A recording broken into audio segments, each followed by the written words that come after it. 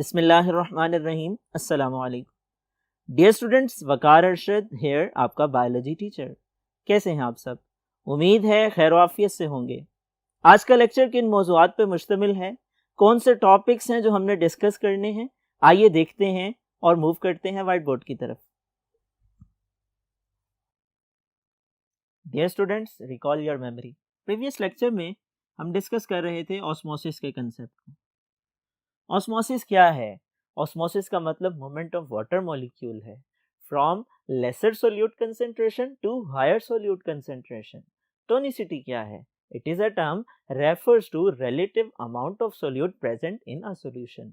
हमने डिस्कस किया टोनिसिटी की बुनियाद पर तीन तरह के सॉल्यूशन पाए जाते हैं। वो सॉल्यूशन जिनके अंदर सोल्यूट ज़्यादा है हाइपरटोनिक सॉल्यूशन कहलाते हैं। वो सॉल्यूशन जिनके अंदर सोल्यूट कम है हाइपोटोनिक सॉल्यूशन कहलाते हैं। और वो सॉल्यूशन जो रिलेटिवली इक्वल अमाउंट रखते हैं सोल्यूट की, वो आइसोटोनिक सॉल्यूशन कहलाते हैं। वाटर बैलेंस प्रॉब्लम्स की बात की जाए, एक एनिमल या प्लांट सेल को आइसोटोनिक एनवायरनमेंट में रखा जाए तो उसकी शेप में कोई फर्क नहीं आता और नेट मूवमेंट ऑफ सब्सटेंसेस सिफर होती है। अगर हम बात करें हाइपरटोनिक एनवायरनमेंट की, एक प्लांट या एनिमल सेल को हाइपरटोनिक एनवायरनमेंट के अंदर रखा जाए, नतीजा क्या होता है? हाइपरटोनिक एनवायरनमेंट में सोल्यूट ज़्यादा होता है, सॉल्वेंट कम होता है। सेल के अंदर से सॉल्वेंट निकल आता है, सेल का साइटोप्लाज्म श्रिंक कर जाता है। श्रिंकेज ऑफ साइटोप्लाज्म को प्लाज्मोलाइसिस कहा जाता है। एक एनिमल या प्लांट सेल को हाइपोटोनिक एनवायरनमेंट में रखा जाए, नतीजा क्या होता है? हाइपोटोनिक एनवायरनमेंट में सॉल्वेंट ज़्यादा होता है, वो बाहर से सेल के अंदर आता है, सेल फिल हो जाता है, बैलून की तरह भर जाता है। और अगर बहुत ज़्यादा लिक्विड फिल हो जाए, सॉल्वेंट फिल हो जाए, वो रप्चर भी हो सकता है, फट भी सकता है। लिक्विड या सॉल्वेंट जो कि प्लांट सेल में इकट्ठा हो जाता है, वो सेल की दीवारों पर आउटवर्ड प्रेशर लगाता है, इसे टर्गर प्रेशर कहते हैं, जिसकी वजह से सेल टर्जिड हो जाते हैं, फूल जाते हैं। आइए अब हम डिस्कस करते हैं ऑस्मोसिस एंड गार्ड सेल्स के रिलेशन के हवाले से। ऑस्मोसिस और गार्ड सेल्स का आपस में क्या रिलेशन है? डियर स्टूडेंट्स, डे टाइम और नाइट टाइम में पौधों के अंदर खास किस्म के सेल्स होते हैं और इन सेल्स की अगर मैं डायग्राम आपको बनाकर दिखाऊं तो पौधे के पत्ते के क्रॉस सेक्शन एरिया में आपको इस तरह की तरतीब दिखाई देती है। अगर माइक्रोस्कोप में पौधे के पत्ते को देखा जाए तो लोअर एपिडर्मिस में, जो कि मैं आपके सामने अभी ड्रॉ कर रहा हूं, ये लोअर एपिडर्मिस है। खास किस्म की ओपनिंग्स होती हैं, सुराख होते हैं कि जिन्हें हम स्टोमेटा का नाम देते हैं। एक स्टोमेटा मुश्तमिल होता है दो गार्ड सेल्स पे। ये दो गार्ड सेल, ये दो गार्ड सेल, ये मिलके एक स्टोमेटा बनाते हैं। Number 1, number 2, number 1, number 2। Day time की बात की जाए, दिन के औकात में पौधे फोटोसिंथेसिस करते हैं और जब फोटोसिंथेसिस होती है ग्लूकोज बनती है। जब ग्लूकोज बनती है वो इन गार्ड सेल्स में इकट्ठी हो जाती है। ग्लूकोज क्या है? सोल्यूट है। जब अगर इसको मैं थोड़ा सा बड़ा करके ड्रॉ करूं आपको समझने में ताकि आसानी हो, जब यहां पर ग्लूकोज ज्यादा हो जाएगी जो कि सोल्यूट है, सॉल्वेंट कम हो जाएगा। और जब सॉल्वेंट गार्ड सेल्स में कम हो जाएगा तो सॉल्वेंट बाहर से गार्ड सेल के अंदर आएगा। सॉल्वेंट का मतलब कोई लिक्विड होता है, ज्यादातर पानी मुराद लिया जाता है। जब पानी गार्ड सेल्स के अंदर आएगा, गार्ड सेल फूल जाएंगे और जब गार्ड सेल फूल जाएंगे, इनके दरमियान में जो सुराख मौजूद है स्टोमेटा का, वो ओपन हो जाएगा। इसी तरह रात के औकात में जब फोटोसिंथेसिस नहीं होती, नो फोटोसिंथेसिस,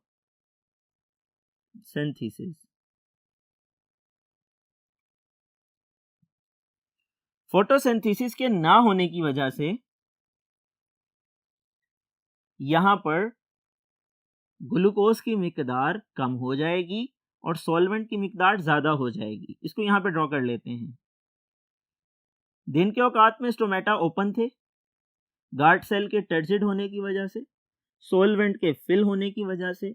जब रात को फोटोसिंथेसिस रुक गई तो ग्लूकोज की मिकदार कम, जबकि वाटर की अमाउंट या सॉल्वेंट की अमाउंट ज़्यादा हो गई। तो पानी अंदर से बाहर आएगा।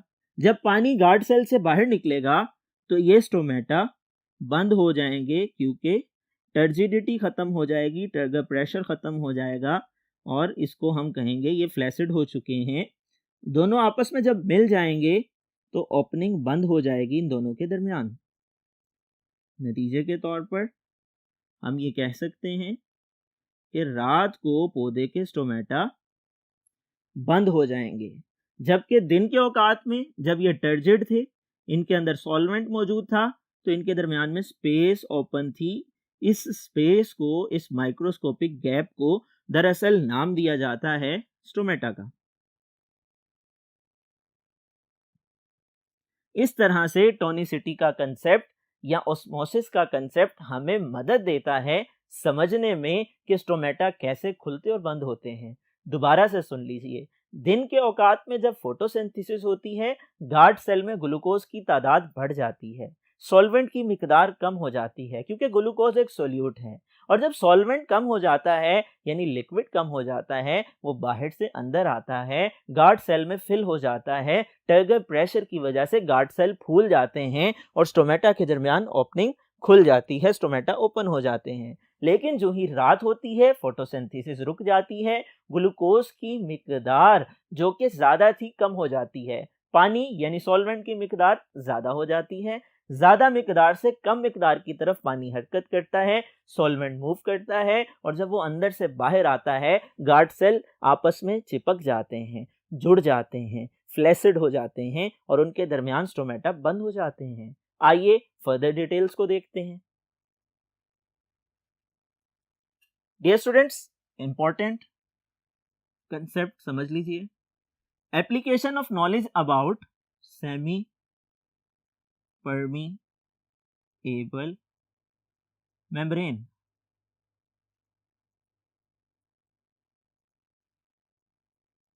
सेमी परमिएबल मेम्ब्रेन से मुतल्लिक इल्म हमारी रहनुमाई करता है और हम इसको इस्तेमाल करते हैं मुख्तलिफ मकासद के लिए।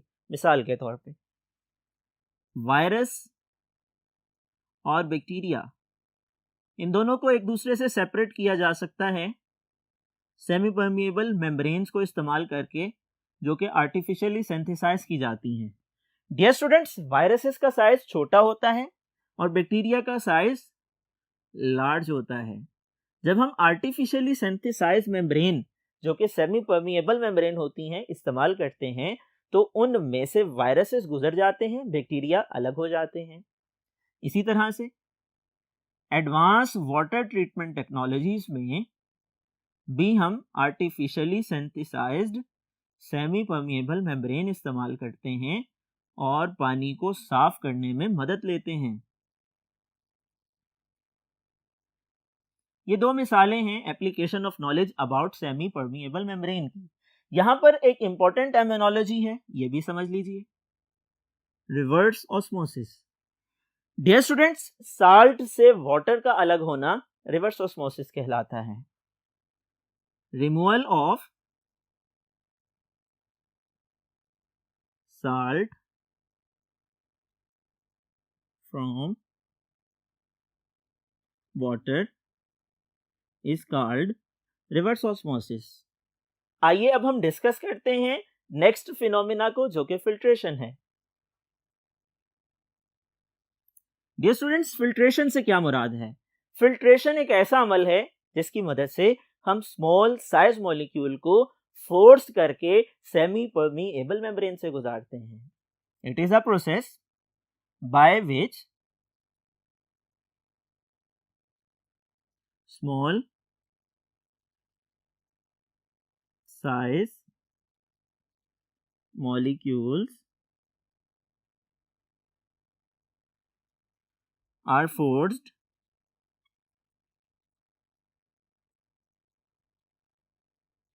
to move across a semi permeable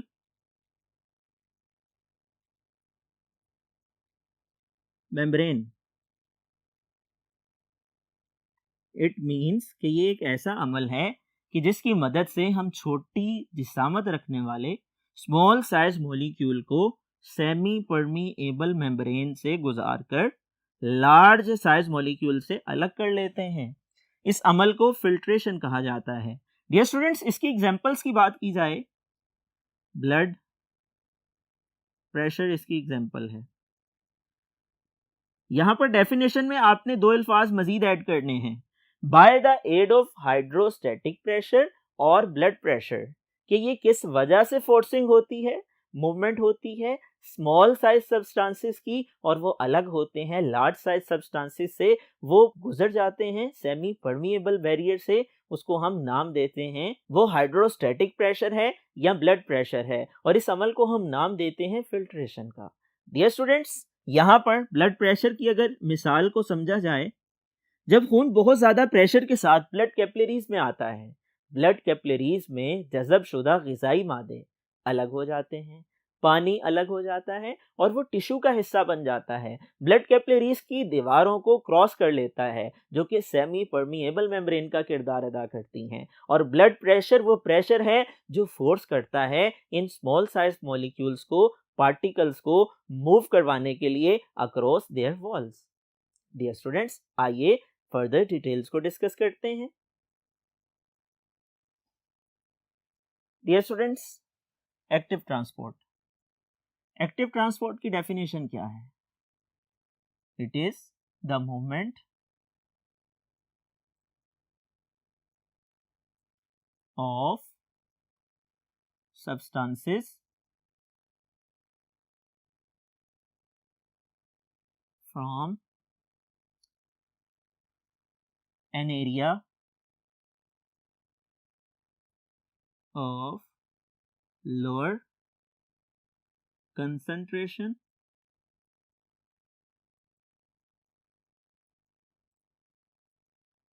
to an area of higher concentration।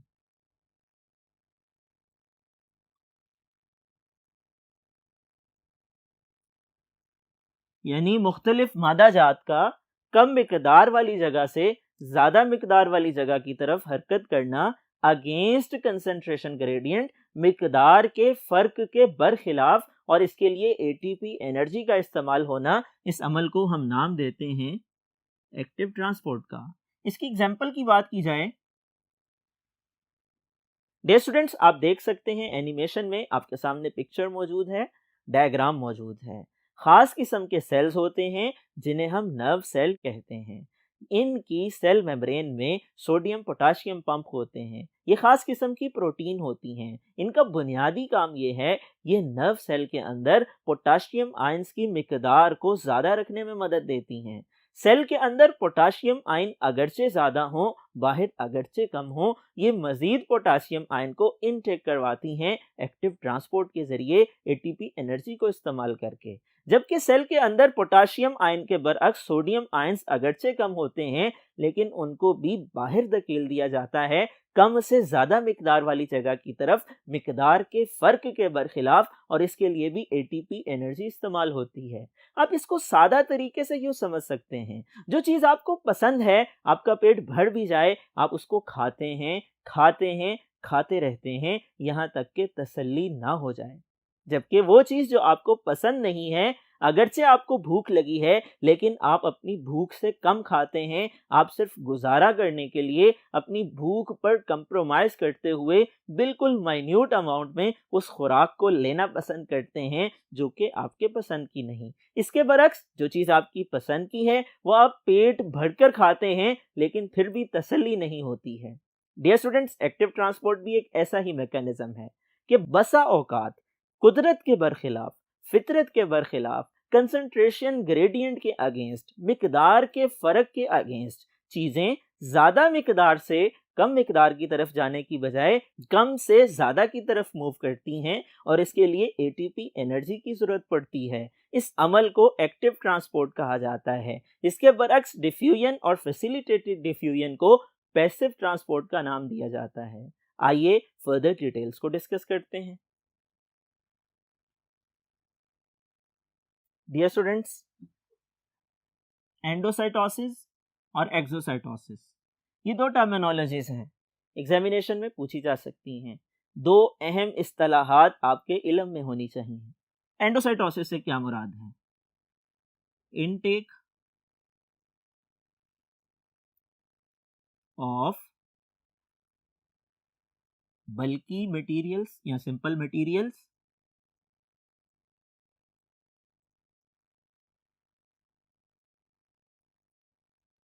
within the cell by forming infolding और मेम्ब्रेन। सेल का मुख्तलिफ मटेरियल को इनटेक कर लेना, निगल लेना, अपने जिस्म का हिस्सा बना लेना, इसको एंडोसाइटोसिस कहा जाता है। एंडोसाइटोसिस की दो इकसाम हैं। एक को फैगोसाइटोसिस कहा जाता है और एक को पाइनोसाइटोसिस कहा जाता है। इसका मतलब सॉलिड मटेरियल को इनटेक करना है और इसका मतलब लिक्विड ड्रॉपलेट्स की फॉर्म में किसी भी मटेरियल को इनटेक करना है। एक्सोसाइटोसिस का मतलब क्या है? रिमूवल या release of a material from the cell. Dear students, ये दो टर्मिनोलॉजीज हैं क्योंकि हमने डिस्कस किया सेल एक ओपन सिस्टम है, अपनी ज़रूरत की चीज़ें अपने माहौल से लेता है, इजाफी चीज़ें खारिज करता है। माहौल से जो चीज़ें लेने का अमल है एंडोसाइटोसिस कहलाता है और ये इनफोल्डिंग ऑफ मेम्ब्रेन की वजह से मुमकिन होता है। इसकी दो इकसाम हैं। अगर निगलने वाली चीज़ सेल के अंदर आने वाली चीज़ ठोस हालत में है, इसे फैगोसाइटोसिस कहा जाता है। अगर वो लिक्विड फॉर्म में है, ड्रॉपलेट की शक्ल में है, पिनोसाइटोसिस कहा जाता है। डियर स्टूडेंट्स, अगर कोई चीज़ सेल से खारिज होती है, अगर कोई मटेरियल सेल से रिलीज होता है, अगर कोई सब्सटेंस सेल से एग्जिट होता है, तो इसको हम एक्सोसाइटोसिस का नाम देते हैं।